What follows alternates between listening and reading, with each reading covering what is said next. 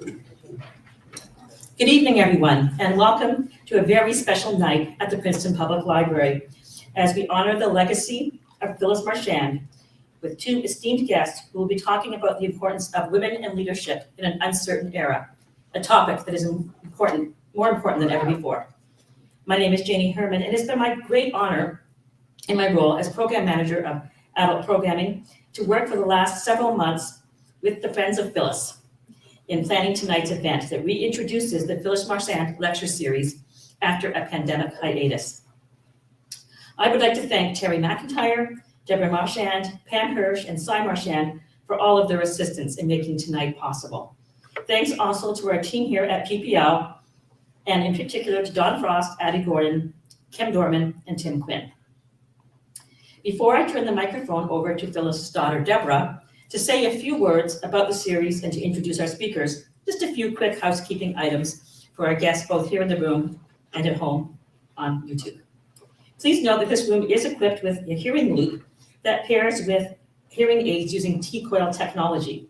If you need hearing assistance and do not have T-coil technology, headphones are available for your use over on top of the piano, and we can also bring you a pair if you like. We kindly ask that you silence your electronic devices during the talk and hold your questions, as there will be a chance for audience question and answer at the end of the presentation.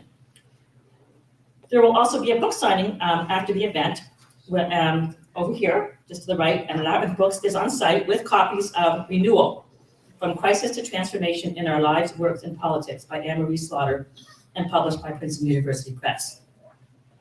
The Phyllis Marchand Lecture Fund has also made available refreshments, which will be served in the library cafe area immediately following the talk. And we invite you to stay and talk and mingle with your neighbors and co-workers or colleagues.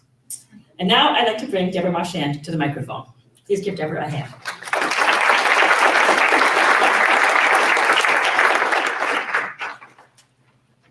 Hello. For those of you who don't know me, now you probably do, my name is Deborah Marchand. I'm one of Phyllis and Cy's daughters. I'm honored and excited to be here to reintroduce the Phyllis Marchand Leadership Lecture. While this event that my mom realized with her friends and supporters around a kitchen island hopes to inspire leadership by women in our communities, it's no accident that it ended up here at the library.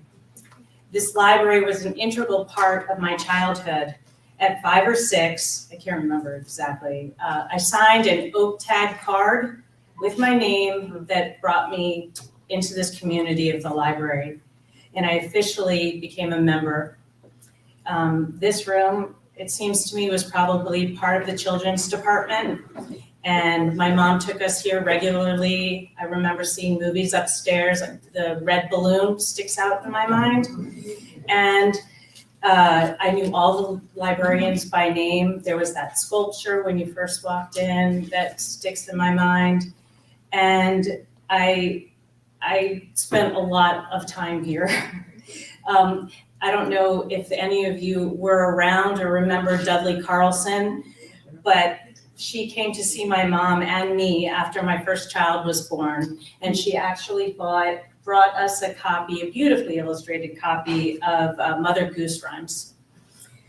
When this, and this is for you, Mr. Levine, who is out here, Harry Levine, who was so inspirational and such an important part of this. But when this library needed a upgrade or facelift or massive renovation, call it what you want, it wasn't easy to build consensus. Everyone had an opinion. The borough, the township, the community, the library.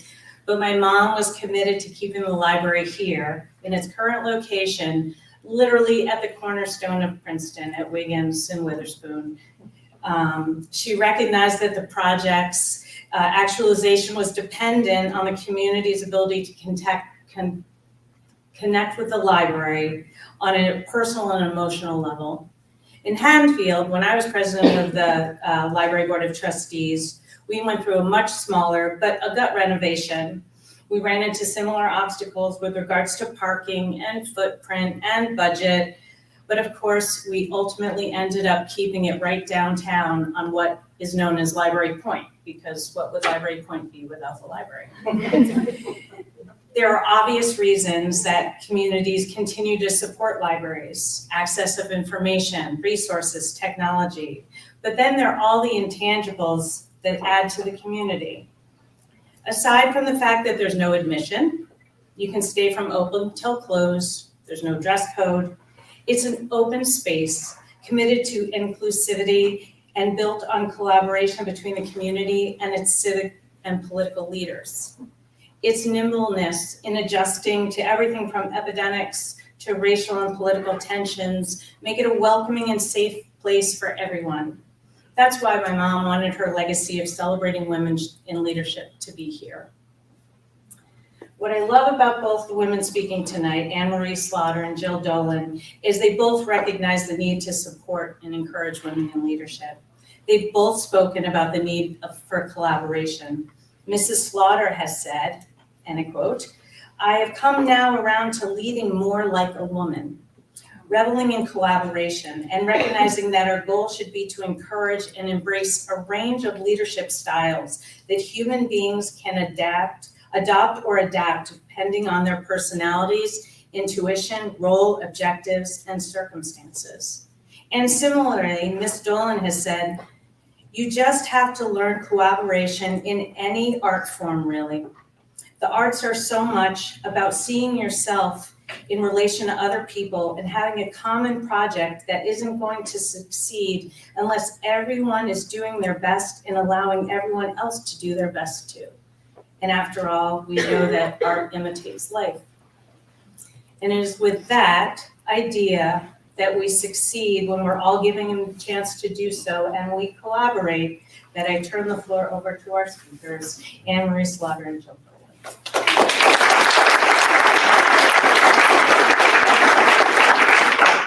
Thank you so much, JD and Deborah, for that lovely introduction, and thank you all for being here. I think I can speak for Emery when I say we're delighted to see so many of you here to talk with us about a topic we both find enormously important. I also want to say, in honor of the occasion, I met Phyllis Marchand under the auspices of the search for the next artistic director of the McCarter Theater after Emily Mann stepped down. Emily Mann, who would have quite a lot to say herself about women and leadership. And Phyllis was just a wonderful interlocutor during that event. I felt lucky to have met her. So the topic of our conversation tonight, as was said, is women and leadership. I think Anne-Marie and I have a whole lot to say about that topic. Why are we where we are at this point, which is having achieved certain things and many others not achieved.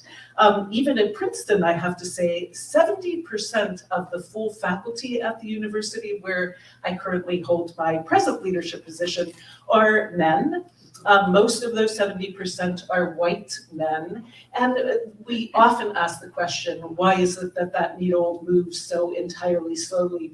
I think when I got here 15 years ago, it was 20% of women were full faculty. So it does move, but why it moves so slowly is one of the things I think we want to interrogate tonight, as well as what does women's leadership mean?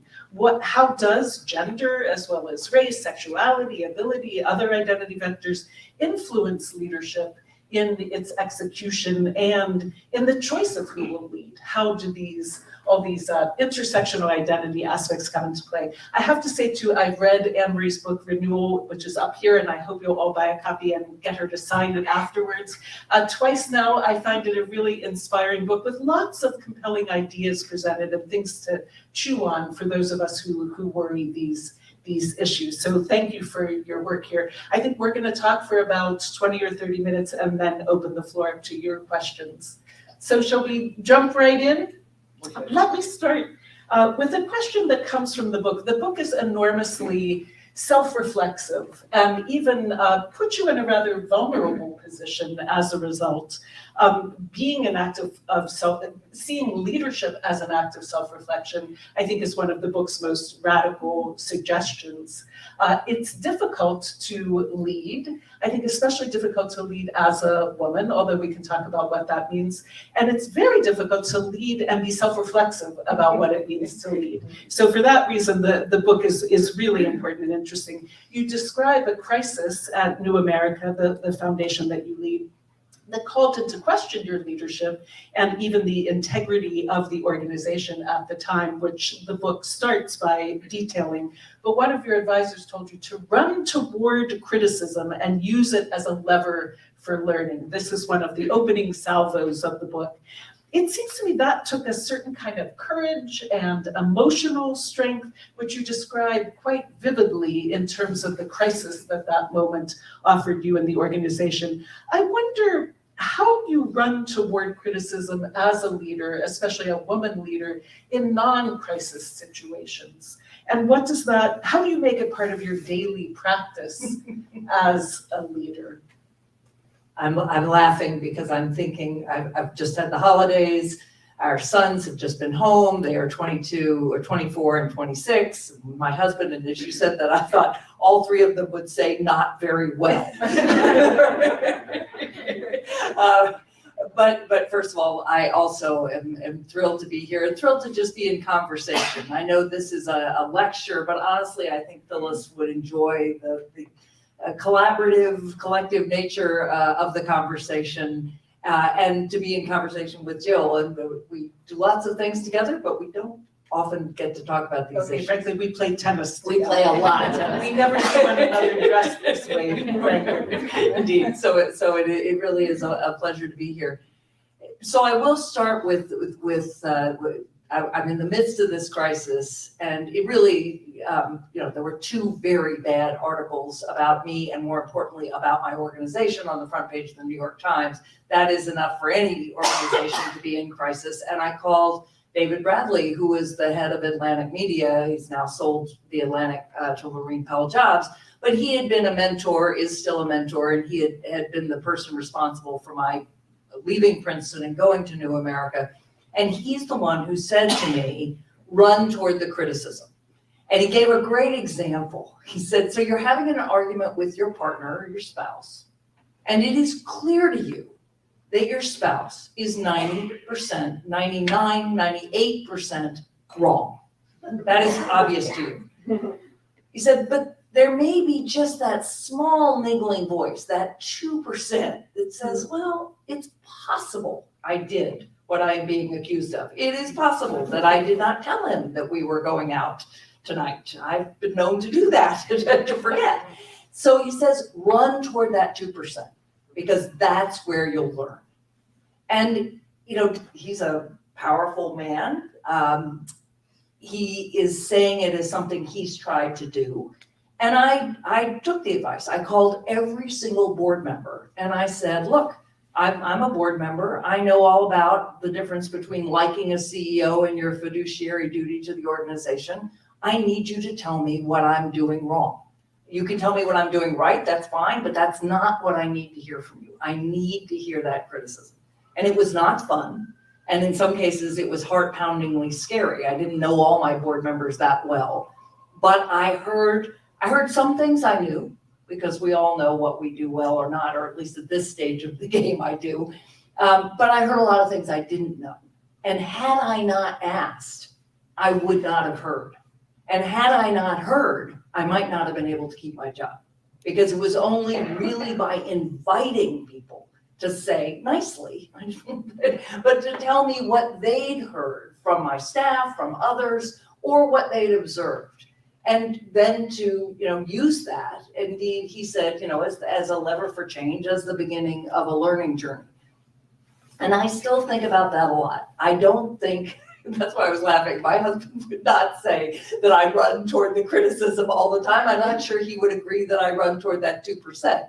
But I do try to listen more, right? To hear what is it? And often what is it underneath the conversation? Because often when we're having an intense debate like that, there's something else going on. I think of it also as modeling as a leader, because that's so much of what you are doing as a leader, whether you're consciously doing it or not.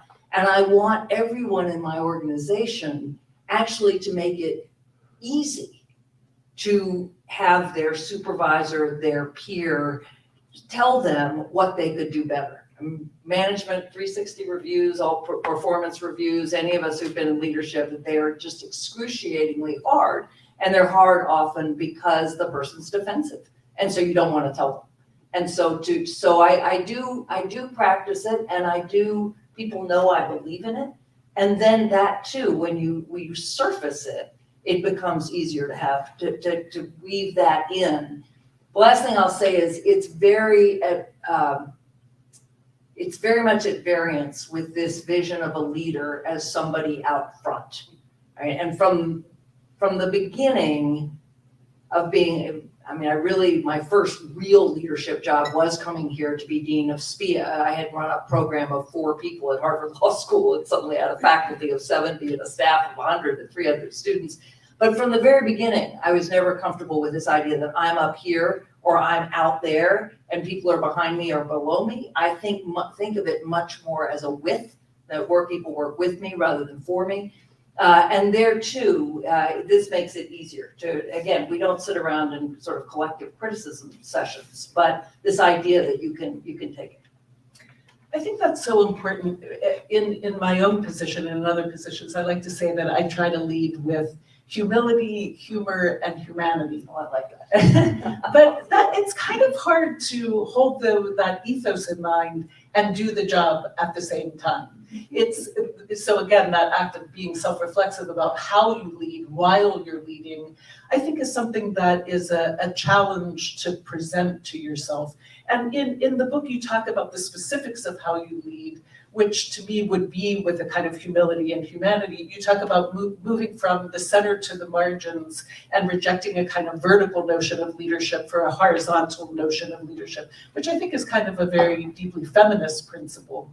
I wonder though how you square those principles with institutions that are structured vertically that sometimes mitigate against exactly the ethos that you want to bring as a leader. Yeah. Just for an example, I write a lot of memos to faculty and students at Princeton, and early on, although still I had a habit of sharing drafts with all 12 of my senior staff because I want feedback.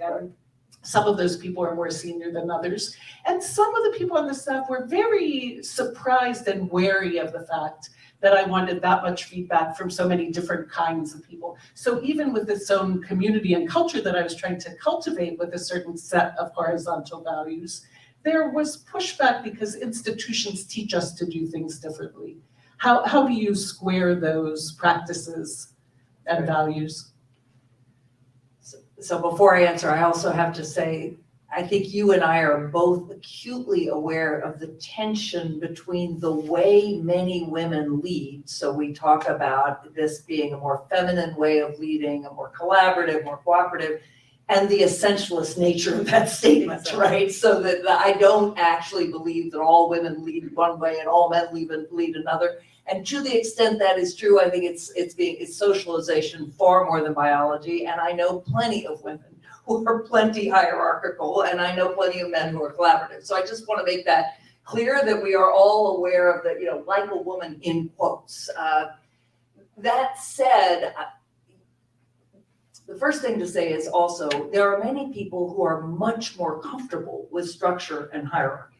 I'm not one of those people. I like change, I like fluidity, structures to me are always moving, but one of the things I've had to learn is that there are many people who just want you to tell them what you expect of them and then allow them to go and do it. So that's one thing I think is important to remember. The second is, I actually think of this now as leading like an accordion. So yes, since I started my scholarly career in 1990. I wrote my first article on networks, so horizontal structures, in 1994. And I've been writing books and articles about networks ever since. I read Carol Gilligan's book, In a Different Voice, in law school in 1982. And she says there are 2 ways of exercising power. It can be at the top of the ladder, vertical, or the center of the web, horizontal. Now note, power in both places, right? There's still power. And for me, the scales fell from my eyes. I was like, I don't really care about being on the top, but I sure care about being at the center. I really want to be connected. I want to know what's going on. So I naturally gravitate to a more horizontal form of leadership. I now think, though, for the reasons you said, that people are uncomfortable, but also because somebody does have to make a decision, right? I mean, life ruling by consensus is both madness and just doesn't work. So you do have to simultaneously have a moment where you're inviting a sort of more equal relationship, and then a moment where you say, and you have to admit it because you're exercising power over people and they know it. Okay, I've heard all this. I hope I hear what I think is a majority. It's like chairing a meeting. Well, I think this is where we are, knowing some people don't agree, and then making a decision. So I now think of it as you can be at the center and you're constantly trying to bring people in from the edge. You can be at the top and trying to sort of minimize that hierarchy. But at other points, you have to say, nope, I'm the leader, I'm at the center, I'm at the top, and I'm going to make that decision. Yeah, I think that's important. And your note about essentialism and is this particularly feminine or women? I would also, for me, I label it as feminist rather than about gender per se. It, for me, comes from a kind of political theory that explains most of the choices that I've made in my life and that taught me about social relationships and power and equality. So that and a man could embrace a feminist mode of leadership as well. It doesn't have to be essentialized. Parenthetically as well, I hope that everyone has seen the movie Tar. Have you seen it? Oh, yes. And talk about a representation of women in leadership. Terribly vexed, but certainly thought-provoking and worthy of viewing and having a conversation about afterwards, because it raises exactly these questions. Do women leaders do things differently than male leaders would? So I highly recommend that. There's two anecdotes in your book that raise another question I want to pose for us to think about. One, Emery talks about being invited to give the commencement address at Barnard College some years ago, and students protested because the person they really wanted to give the commencement address was Chimamanda Adichie. They wanted her to speak instead. And you note that in the process of thinking about giving that speech with her on the dais behind you, what you realized was that you seem to learn from that experience that sometimes it's important to give up your place and to cede power. Then the other anecdote is a trip that Anne-Marie took with Shirley Tillman, the then president of Princeton University, to speak with donors. And Anne-Marie was speaking and it went very well. And at the end, Anne-Marie said to Shirley, I hope I didn't steal your thunder. And Shirley said to Anne-Marie, you are my thunder. So these anecdotes raise a couple of questions for me. One is, what kind of person does it take to be willing to put others forward the way Shirley did in that example? And is that something that's particular to women or a certain kind of leader? And the second question is there an argument, one is about who you put forward, and the other question is about when you get out of the way. Is there an argument to be made that white women should get out of the way and let people of color speak or lead? I love the fact that you put those two together because they happen in very different circumstances, but I love that. So let's start with well, I'm going to start with Shirley's because I think that one's actually easier. And Shirley was a brilliant leader, and many of you know her, and really it was extraordinary to watch her. I mean, when Shirley stepped down, I don't know anyone that I encountered regularly when I was a professor here who didn't like her or who was vehemently opposed. They might disagree with some of her decisions, but she somehow managed to lead in a way that she called forth your best self. I mean, I always felt you couldn't be petty in front of Shirley, really, and she then lifted this sense of sort of a greater collective good in a way that was really remarkable. But you know, she certainly did exercise power, and she did, though, I think, lead in a way that put others forward. And there's a tension here. And there's a tension here. Many of the women in the room will know exactly what I'm talking about. As a woman who grew up in the South and who was expected not to speak and certainly not to have opinions that did not agree with whatever man I was talking to, or really to have much of a brain, I was socialized. If you were going to be a leader, you had to actually put yourself forward.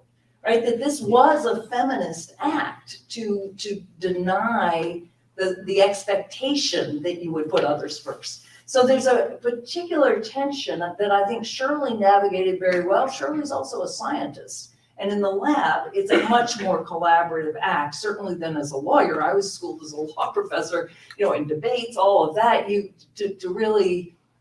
To lead, to succeed, you have to take up space in the room. And so I think I am now far better at leading in a way that puts others first. I would say I'm also older and more established and have less sense that I need to do that for myself. So I find that actually kind of double-edged sword, because I'm still telling younger women, please raise your hand. Please, it's Sheryl Sandberg, take a seat at the table, and speak when you're there.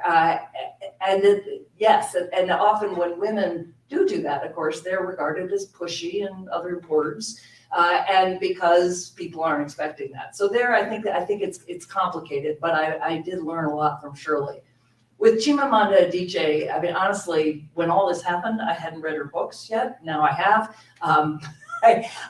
Even at the time, she was an extraordinary force. And I do think now that if that had happened, if the student, Deborah Spar, who was a close friend, had asked me to give the Barnard address, and it would have been awkward to say no to her. But I think now I would have just said, look, the students, they're graduating, and assuming it's all right with the Barnard, presidency, I think they should be able to choose. And honestly, I quoted Chimamanda Adichie so many times in my remarks.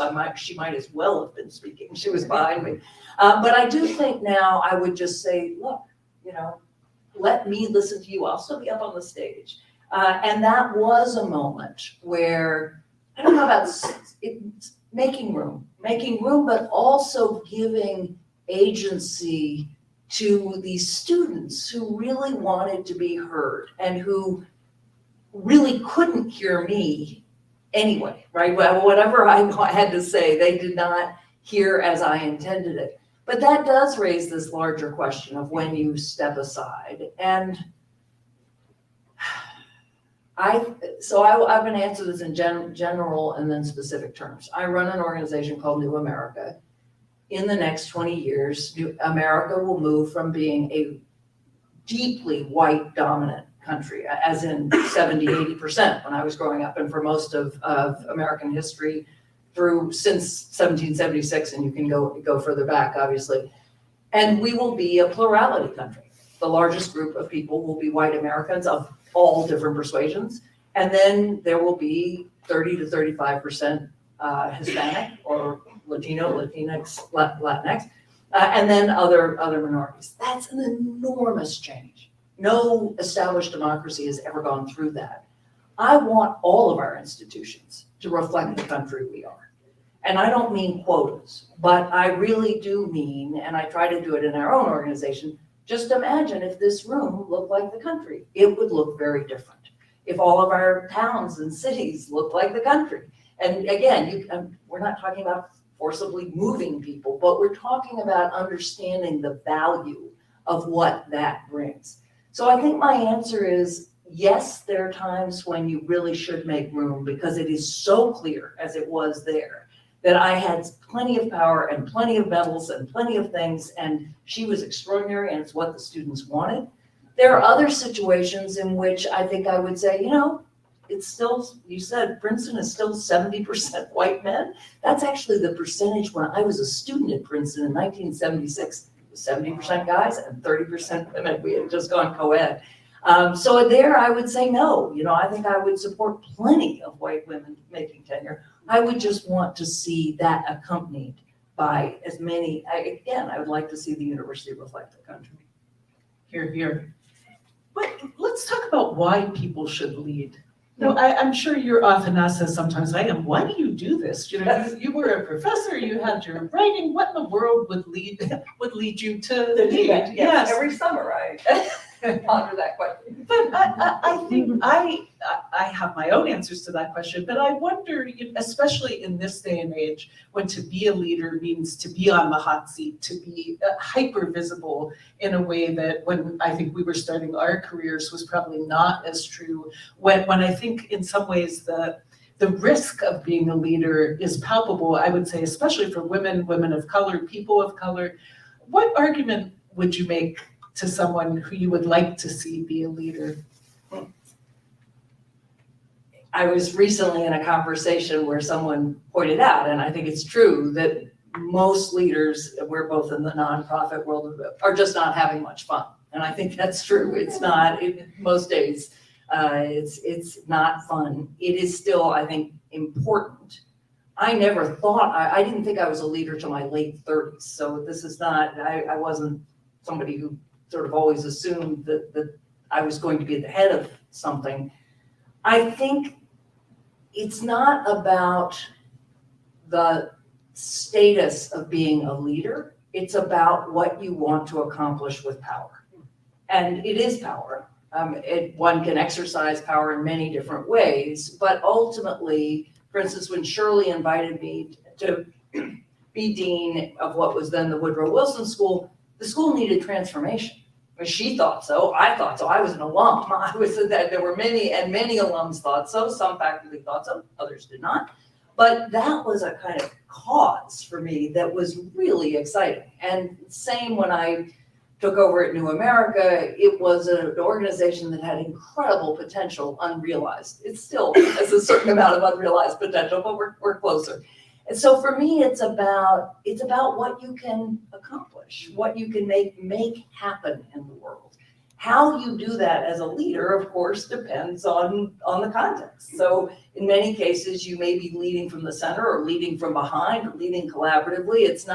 It's never about you have a vision and they're going to follow. That never. But it does take that energy and determination and resilience and long-term commitment to say, I see that goal and I'm going to keep going until it's achieved. Ideally, again, it's not your goal. It becomes the organization's goal. And for me, that's enormously rewarding.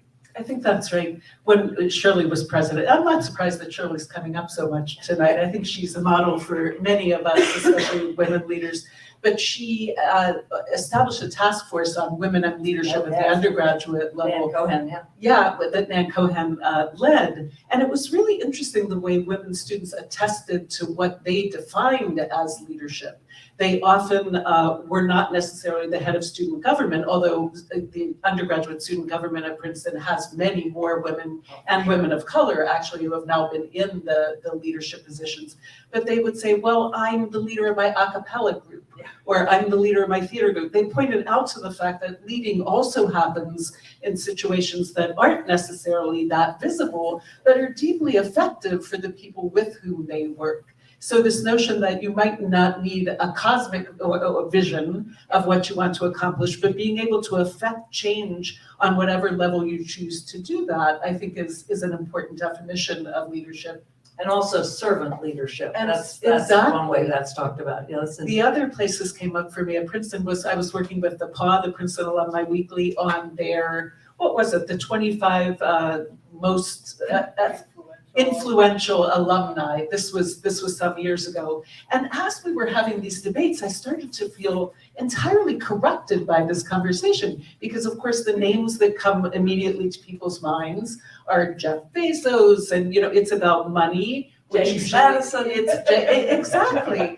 And although I continued to participate in the process, I wrote a counterpiece about how we think about what it means to be influential and how contextual that should be, and how many people get overlooked when the definitions of influence we use are so somehow standard and frankly biased toward certain kinds of people who historically have had access to that kind of power. But nonetheless, I think it's really important for people we don't typically think of as leaders to think about what it means to lead and how they might do it. On the radio this morning on the way in, I heard someone say, well, what does a leader look like? And if we think about what a leader looks like, I think we often come up with really stereotypical notions. Whereas I often find myself performing leadership. And I don't know if you feel this as well, or if this is just my background as a performance studies scholar, but all these roles require a certain kind of assumption of a life role as well as a theatrical role, perhaps. But sometimes I wonder if, like you said, you want women to speak up, if people need to assume the trappings in a way that make it easier to actually do the work. I have a costume I call my dean wear. I don't typically on an ordinary day dress as a dean, but I do my dean wear when I'm performing my dean role because it's part of it. Somehow it authorizes a certain performance of my role, even if as a feminist I'm trying to critique it and interrogate it and make the power horizontal. There's something that requires us to perform in ways that let you have the effect you want to have. Well, there is also just personal style, because I remember, again, when I became dean, Joe Nye, who was a mentor and a friend and was dean of the Kennedy School at that point. So I went and talked to Joe, and I was sort of trying, I tell people when they go to interview for a leadership job, they should do it. They should go through the interview process, as long as they have some desire to do it. But they should think of that as trying on a suit of clothes. That when you give a sort of interview or a speech to faculty as their dean, you are trying that on, and you will learn something about yourself in terms of how well that fits. So I went and I talked to Joe, and I was trying to imagine myself. And Joe is Olympian. He is old New England. He's not aloof exactly, but he is Olympian. He speaks quietly and everybody listens, and he's very self-contained. It's probably dawned on you that I am not any of those things. I am not Olympian. I am often not contained. I connect to people. And so I remember looking at this and thinking, I can't be Joe Nye. I'm not going to be Joe Nye. And then, so I also think even in performance, you need, like any good role, you need to find something in it that really connects to who you are authentically, or who you are when you're not in your dean clothes, to make that work. But the other thing I'd say, you mentioned Nan Cohan, and so Nan Cohan was president of Wellesley, then president of Duke. One of my proudest moments as dean was when I convinced Nan and Bob Cohan, the most distinguished professor of international relations of his generation, to come to Princeton. And the day Nan said she was entertaining offers at Duke, I was on the phone. And Nan then wrote a book called Thinking About Leadership. And she has my favorite definition of leadership, where she says, leaders clarify and determine the goals of a group of people and mobilize the energies of that group to achieve them. And it's a wonderful definition, and she talks about, she opens with a group of homeless people in Providence, and one of them, they're coming together and having to deal with the city, and one of them clarifying what they want, and then determining a specific goal to achieve what they want, and then mobilizing their energies to achieve it. Now that person has no trappings as a leader. And again, indeed, that leadership, if you think of many indigenous peoples, you hand around a talking stick or something, some other object that invests you with authority, it's movable. And it also doesn't talk about how you do those things. It just says leaders clarify and determine the goals of a group of people and mobilize the energies to achieve them. So I often think about that as a very capacious definition of leadership from somebody who's a superb leader. Absolutely. One more question for me, and then we'll open it up to your questions. At another point in your career, you became quite renowned for an article you wrote about why women can't have it all. Still can't have it all. Which was about, it was a really provocative piece about questions of work-life balance, which always seem to hound women leaders in particular. How do you think about that issue these days, Anne-Marie? I forget when that was. It was 10 years ago. 10 years ago in June. So I'll just say the reason I emphasize still is because the title of the article was supposed to be Why Women Can't Have It All, ... yet, which would have been a very different reception. But the head of the Atlantic, the editor of the Atlantic, didn't want that title at the very last minute because they published an article called The End of Men by Hannah Rosen. And he thought if they then said why women can't have it all, yet, it was going to be too negative for men. So we fought, and I thought still meant not yet. Most people read it quite differently, as in never, and that is not at all what I meant. It's, I think I look back on it now, and it's, I will be far better known at the end of my life for having written that article than anything I've ever done in foreign policy, and that's just the way it is.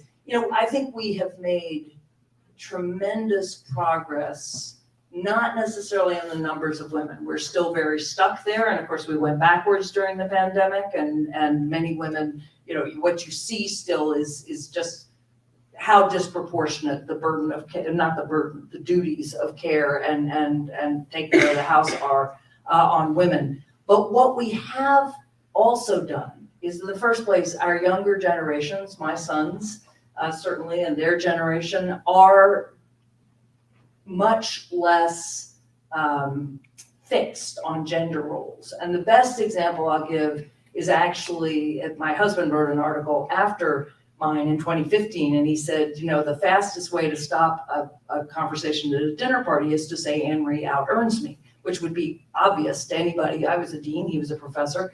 And he said, people just freaks because it's like saying I'm emasculated. That is definitely not true for my sons, perhaps because they're my sons, but also their generation. You just don't, many of the couples of men and women who work at New America, that's just not true. The woman is the leading earner. They may both lead, they may both earn. And so the flip of that, of course, is to really see that care in its broadest sense, right? The investment in others, whether they're children or elders or any other members of the groups of families of those we love, is equally distributed. And that then, and this is what's so critical, we just went through an effort to pass paid family leave and elder care and child care and a variety of policies to build an infrastructure of care. And that's real progress, because now we're saying, yeah, we have an infrastructure of commerce. We couldn't possibly support an economy without it. We also can't support an economy or a society without the similar infrastructure supporting care. And that, to me, 10 years later, is far more important than anything about having it all or not, or any of that. It's sort of understanding what true gender equality is, which means really thinking about all the different kinds of work we do and supporting and valuing them equally. Very helpful. What are your questions? Okay, so I have a microphone, and Kim, can you grab the one that's up at the podium? Yes. Kim and I can run microphones to the audience. Just raise your hand if you have a question for our panelists. I have a question. Also, thank you. It was such a great talk. You were talking about sort of how do we, the different types of leadership, you were talking, sort of in a gendered way, but also people leading at different moments, and people might be really great in one situation. So how do you move the talking stick around in your horizontal leadership? I will too, but I want to hear your answer. How do you move the talking stick around? I do think leadership is deeply contextual. So some of the context in which I work with my closest group of colleagues at Princeton can use a metaphorical talking stick in a way that when I'm at tables that other people are managing or leading can't necessarily happen. So in those cases, I try to emulate that ethos in ways that are maybe a little less obvious than other ways. I try to note who isn't talking in the room and try to find ways for the person calling on people to call on them when I'm not the one who can be in control. Something as simple as determining airtime, which I think is a really important facet of leadership. Literally, who's speaking for how long at any kind of meeting, and making sure you're getting feedback and information, as you say in your book, from everyone at the table, because it'll be useful for everyone. But if people are somehow shut down, I think often leadership is about interventions and metaphors that allow you to think of them as active practices in the moment, but it's deeply contextual. Yeah, I would agree with that. I often say, and I'd love to hear from you, which is really making clear, hey, I think your opinion's important and I want to hear it. And then of course, other people pick up on that, that I said that was, and it gradually shifts the way other people talk and listen as well. The other thing I'll say that I've done is I split my job. I was president and CEO, or CEO and president of New America.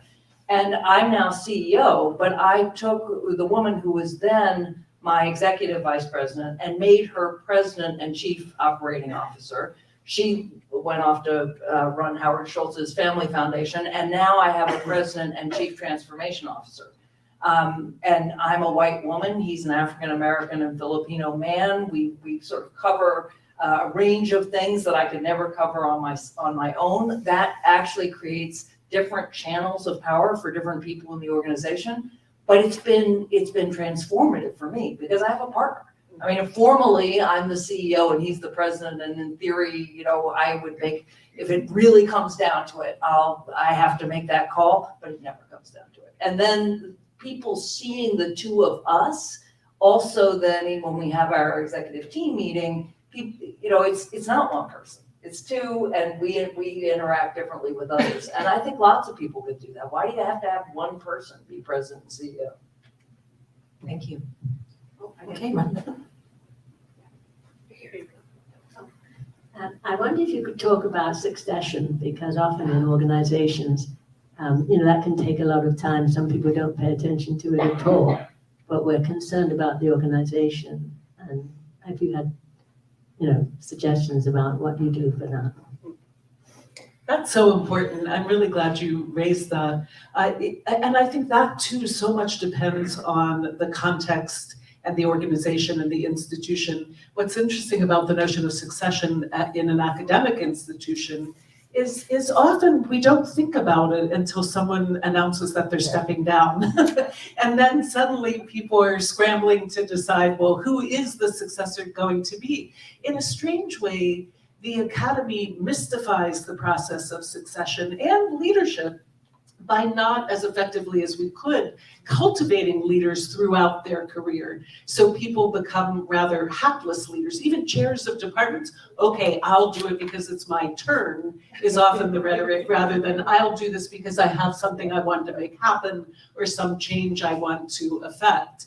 I think in nonprofit organizations, it's slightly different. I've been in the position of following founding leaders of organizations into the executive director role, which is hugely complicated because that's a transition that often the founder hasn't thought about, doesn't want to think about. I think succession is something we could all actually do much better by thinking about the inevitability that leadership will change. And sometimes leaders don't want to think about that, or organizations don't want to think about it. But I think it's a hugely important issue that we should work on. How is it for you? No, I will just say I'm on one for-profit board, and in for-profit, it's dereliction of duty if you're not, really planning for succession, because of course something could happen to the leader at any moment, and somebody had better be willing to step in. And we generally have someone, immediate, temporary, and then who would come after that. And I've never seen that happen in the for-profit, the nonprofit boards that I'm on. I think one of the great things about it from the for-profit experience is you identify, say, 5 or 6 people from within the organization who could possibly take over. They have some of the skills. And then that means you have a plan for each of them, because you think about, well, what other skills do they need? And do they need a coach? And do they need to rotate to other areas of the business? That I think would be very valuable in the nonprofit sector as well, where you and your board would look and say, well, there are 3 or 4 people who could, and what, for one thing, they should get to know the board because that's who's going to make the decision. But for another, what can we help them grow? And particularly now when that's such an issue with employees at I think probably at every organization, they want a path, they want career development because the traditional paths aren't there. Are there other questions? Oh, hang on, I can get it. Here, Gina. And tell me if this is off topic, but I'm thinking a lot about affirmative action on campus, and here I have this chance to ask 2 academics and of your rank about your thinking. It's probably going to be dismantled in some way. But how do women fit into this? What is this a big deal? Is this something people are talking about? And if it's off topic, don't spend time on it. But It is a big deal. I think the first thing I'd say is I think people's views are not as predictable as has been traditionally assumed. The New York Times actually did an interesting set of interviews, and a lot of people came out opposed that I might have expected would have been for. So I see that in my own organization, and we're going through what we call an equity transformation, where we are trying to look like the country. And many people are adamant, rightly, that not be quotas, that you obviously never want to sort of choose someone or turn someone down only because of external identity. except if you're an athlete Well, or a male, well, to provide 50-50. and traditionally legacies and other things. Legacy. So for me, I think you're going to accomplish a lot of the same goals, which is a diverse group of people, through what we call, and what we called at SPIA when I was dean, cultural competence.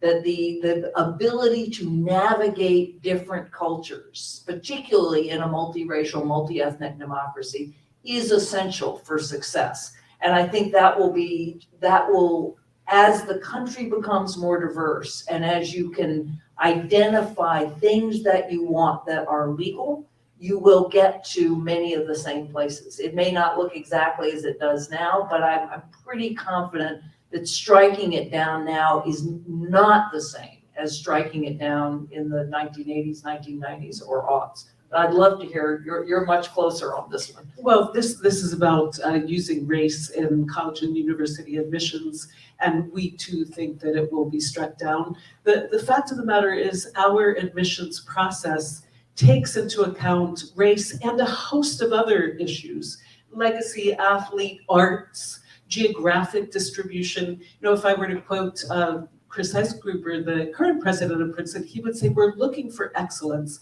and it's incumbent on us to look for excellence everywhere that we can. And diversity fosters excellence on campus because people are learning from people who are different from them. So we have to, if the Supreme Court doesn't let people declare their race or ethnicity on an application, we'll find other ways to make sure that our pools are diverse, I would say. But it is a very difficult moment, and it's really important to keep talking about these issues. Thank you for raising it. Okay, and we had one more question from this side of the room, and then Hi, thank you so much for your talk. I really loved hearing from both of you. So I have a question for each of you. Have you ever been in a position where maybe you're not the leader because of title or some other role, but nobody likes that leader, they're a bad leader, and they're coming to you and you're like the hidden leader? How have you handled that?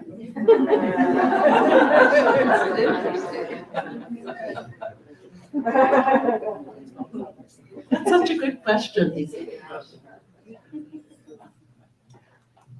How would you answer that? I guess I would say that I'm sure we're all in situations occasionally, I hope only occasionally, where you think, boy, this meeting isn't going well, and boy, this situation could be handled differently, and then there's the whole chatter afterwards.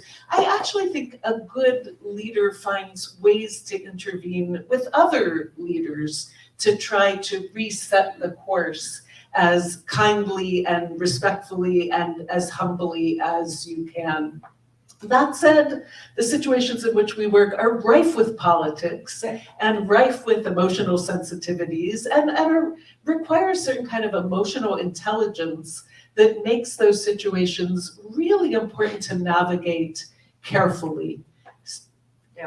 I'm thinking, I mean, it's embarrassing.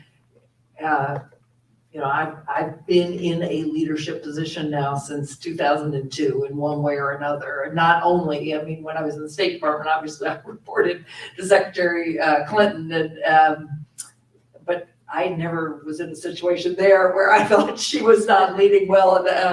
But where I'm often in what you describe is, of course, where people below me are not leading well, and the people below them are end running. And that happens quite frequently, where somebody comes to me and they want me to fix it.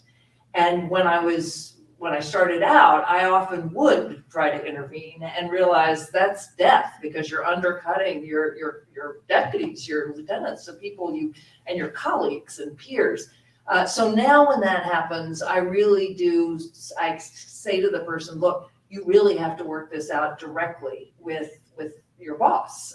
It's not going to work even if I were to intervene. At the same time, that is my advice. I will often then talk to someone who's closer to that individual. I will not go in directly. But yes, to find someone who is closer who can say, there's a real problem. Obviously, I can also go to HR if there's really a storm brewing.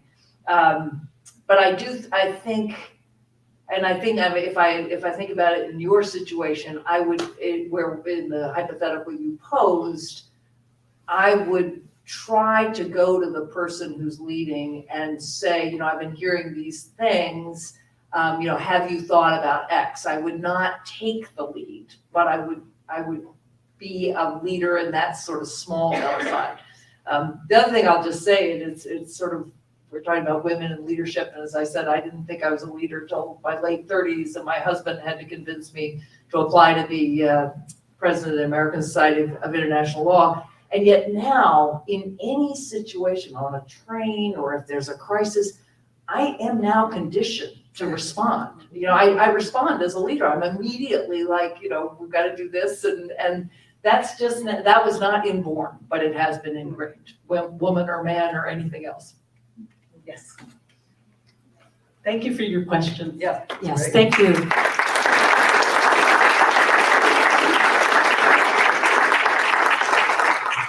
This has been such an inspiring talk, and thank you so much, Jill and Anne-Marie, for being with us here tonight. We deeply appreciate it, and thank you again to the Friends of Phyllis. You know who you are, for organizing and coming together to keep Phyllis Marchand's legacy alive here in Princeton. And this is just the first of an event. We have a fund that we use, the Phyllis Marchand Lecture Fund, and we are looking in 2023 to some events. I think our next focus, we're going to try and do something that is geared towards possibly high school or middle school students, because we really want to reach the youth and encourage the youth in our community to become actively engaged in leadership roles at all levels within their schools, politics, locally, whichever, how they feel inspired. So stay tuned for more. This is just the beginning. And so we do have, as I said, Anne-Marie is going to go over there to sign some books. Labyrinth is here with us. And also when the doors open out in the cafe area, please stay, mingle with your neighbors and the people in this room to chit chat about what you've learned. There is some cookies out there and some other refreshments. So just stay and enjoy the evening. And thank you once again to everybody for coming out tonight. Let's give a round of applause.